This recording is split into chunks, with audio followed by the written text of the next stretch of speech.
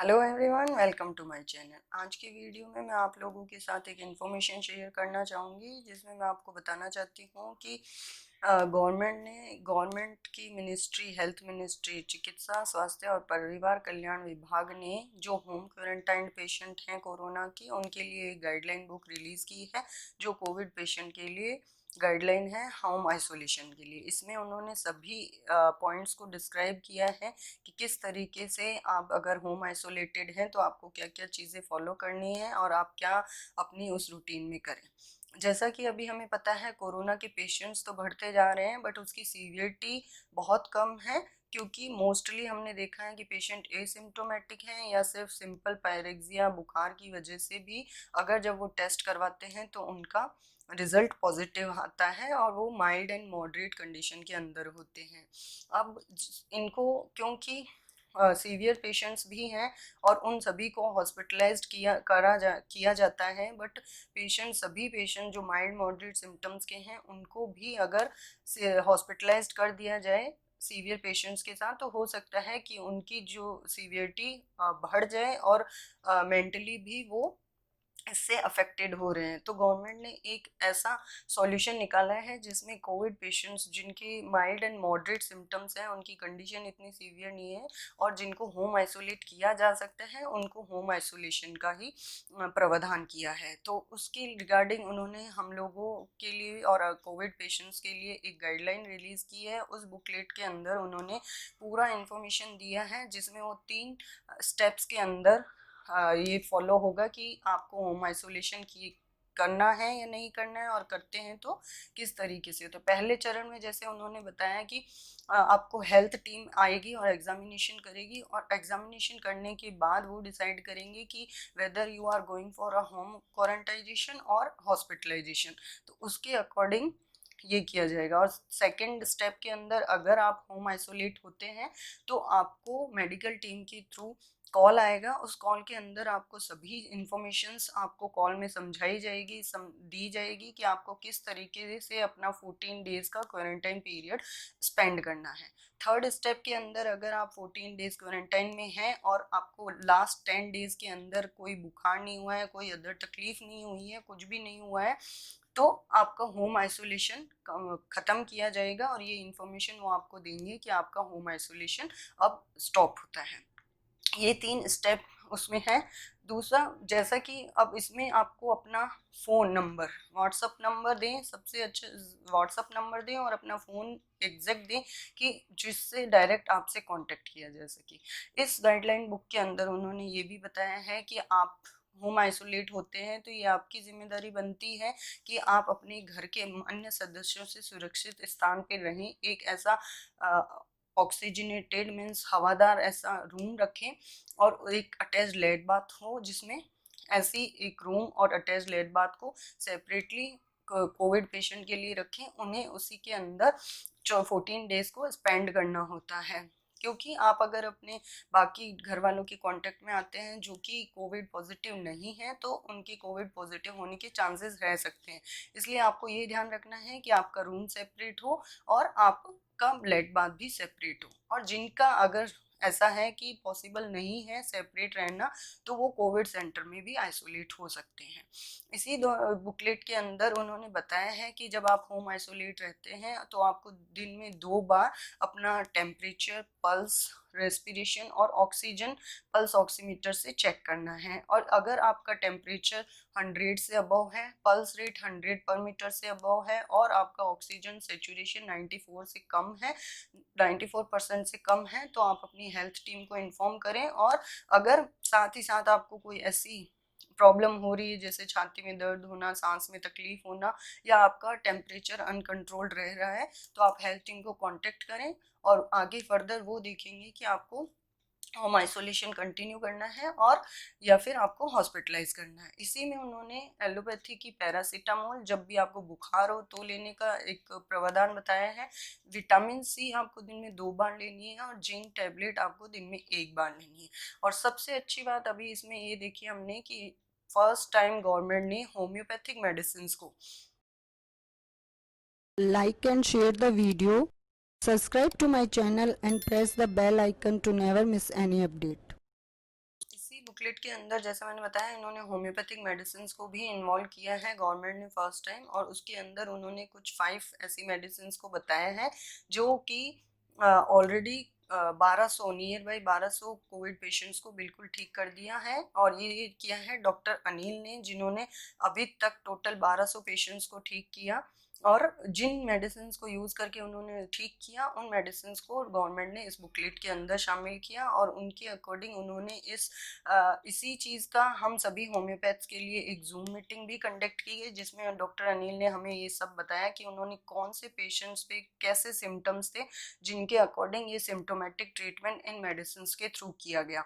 इसमें साथ ही आपको बोला गया है कि बिना होम्योपैथिक डॉक्टर के कंसल्टेशन के आप ये मेडिसिन ना लें, क्योंकि ये सारी की सारी मेडिसिन एक ही पेशेंट को जाए ऐसा नहीं है। इन मेडिसिन में जो सिम्टम्स हैं और आपके कोविड पेशेंट्स के अंदर क्या सिम्टम्स आ रहे हैं, उसके अकॉर्डिंग आपको वो ट्रीटमेंट, वो मेडिसिन दी जाएगी। ऐसा नहीं है कि जितनी मेडिसिन इस बुकलेट के अंदर लिस्टेड है वो सारी की सारी एक ही कोविड पेशेंट को देनी है, ऐसा नहीं है। सभी कोविड पेशेंट, क्योंकि होम्योपैथी इंडिविजुअलाइजेशन पे वर्क करती है, तो किस पेशेंट्स के कैसे सिम्टम आ रहे हैं उसी के अकॉर्डिंग उनका मेडिसिन डिसाइड किया जाएगा। और इसी जूम मीटिंग के अंदर डॉक्टर अनिल ने हमें बताया कि कौन कौन से सिम्टम्स उन्होंने देखे और उस अकॉर्डिंग कौन सी मेडिसिन किन सिम्टम्स वाले पेशेंट्स को दी। और साथ ही उन्होंने बताया कि 2 ऐसे सीरियस कंडीशन के पेशेंट जो जिनका एक का 74 से कम ऑक्सीजन सेचुरेशन लेवल था, उनका विद इन 4 आवर्स के अंदर 97% भी हुआ और वो बिल्कुल कोरोना से ठीक हुए। और एक ऐसी लेडी जिनको ऑलरेडी कोरोना के साथ साथ ऑलरेडी पैरालिसिस था, बट जब उनको टोटलिटी ऑफ सिम्टम के बेसिस पे होम्योपैथिक मेडिसिन दी गई, तो उनका कोरोना के साथ साथ उनका पैरालिसिस भी 98% ठीक हो गया, और उनका अभी कोरोना से वो रिलीव है। तो ये एक होम्योपैथिक, सभी होम्योपैथ डॉक्टर्स के लिए बहुत ही अच्छी बात है। और उन्होंने हम सभी से रिक्वेस्ट की है कि आगे भी अगर हम चाहें तो इन्हीं मेडिसिन को देखते हुए भी कोविड पेशेंट्स को ये दें मेडिसिन, जब वो होम आइसोलेटेड हो। और अगर हमें लगता है कि टोटलिटी ऑफ सिम्टम के बेसिस पे इनके अलावा कोई और मेडिसिन भी है, तो हम वो भी प्रेस्क्राइब कर सकते हैं। बट सबसे अच्छा है कि गवर्नमेंट ने अब होम्योपैथी को सपोर्ट करना शुरू किया है, और उन्होंने अपनी इस बुकलेट के अंदर होम्योपैथिक मेडिसिन को स्पेशली इन्वॉल्व किया है। और साथ ही साथ में उसमें 3 ऐसी चीज़ें भी हैं जिसमें ये बताया गया है कि जब आप मेडिसिन ले तो क्या क्या चीज़ें आप ध्यान रखें। जैसे कि आपको दूध नहीं लेना होता है उस टाइम में, और जब भी आपको होम्योपैथिक मेडिसिन लें, एसी या ठंडे पदार्थ नहीं लेने, एसी के अंदर नहीं बैठना है, और आपको कोई भी भाप नहीं लेनी है। तो ये 3 चीज़ें भी उन्होंने बताई है। ऐसे ही आगे इस बुकलेट के अंदर उन्होंने बताया है कि आपको क्या खाना चाहिए, क्या नहीं खाना चाहिए, जैसे कि प्रोटीन की, कैल्शियम की, विटामिन सी कि ये जो सोर्सेज वाले फल फ्रूट हैं वो आपको अधिक मात्रा में लेने हैं। आपको 8 से 10 ग्लास पानी पीना चाहिए ताकि आपकी बॉडी हाइड्रेटेड रहे, और क्योंकि वाटर टॉक्सिन्स को आपकी बॉडी से निकालता है, तो वो वाटर हेल्प करेगा आपकी बॉडी से टॉक्सिन्स को निकालने में।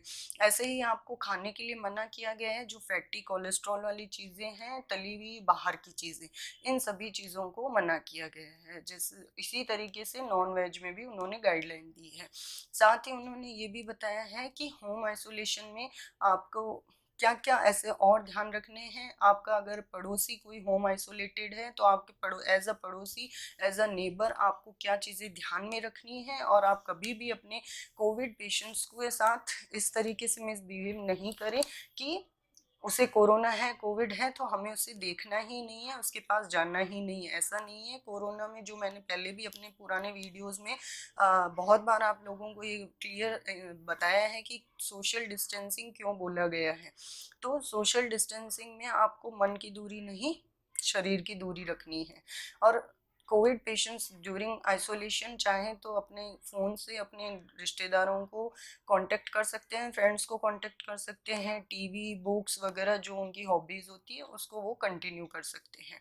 इसी तरीके से इस बुकलेट में उन्होंने हैंड वॉशिंग, आप कैसे हाइपोक्लोराइड सॉल्यूशन बनाएंगे, how to do a sanitization of all the things, और आप कैसे उस रूम को सैनिटाइज करना है आपको, ये सब चीज़ें भी डिटेल में एक्सप्लेन की है। साथ ही साथ उन्होंने एक बहुत ही अच्छी चीज़ बताई है जिसमें उन्होंने बताया है ई-ओपीडी के बारे में।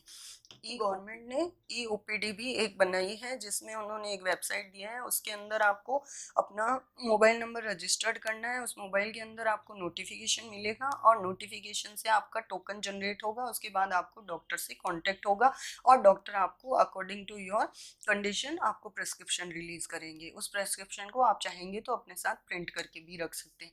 तो ये एक और बहुत अच्छी चीज़ है जिसमें आपको होम आइसोलेशन में कोई भी प्रॉब्लम ना हो और आप डायरेक्टली डॉक्टर से कांटेक्ट कर सकते हैं। बट इसके लिए जैसा मैंने आपको पहले बोला, आपका मोबाइल नंबर एकदम सही होना ज़रूरी है और कोशिश कीजिए कि आप अपना व्हाट्सअप नंबर ही दें, जिससे कि आपको व्हाट्सअप के थ्रू भी सारी डिटेल दे दी जाए।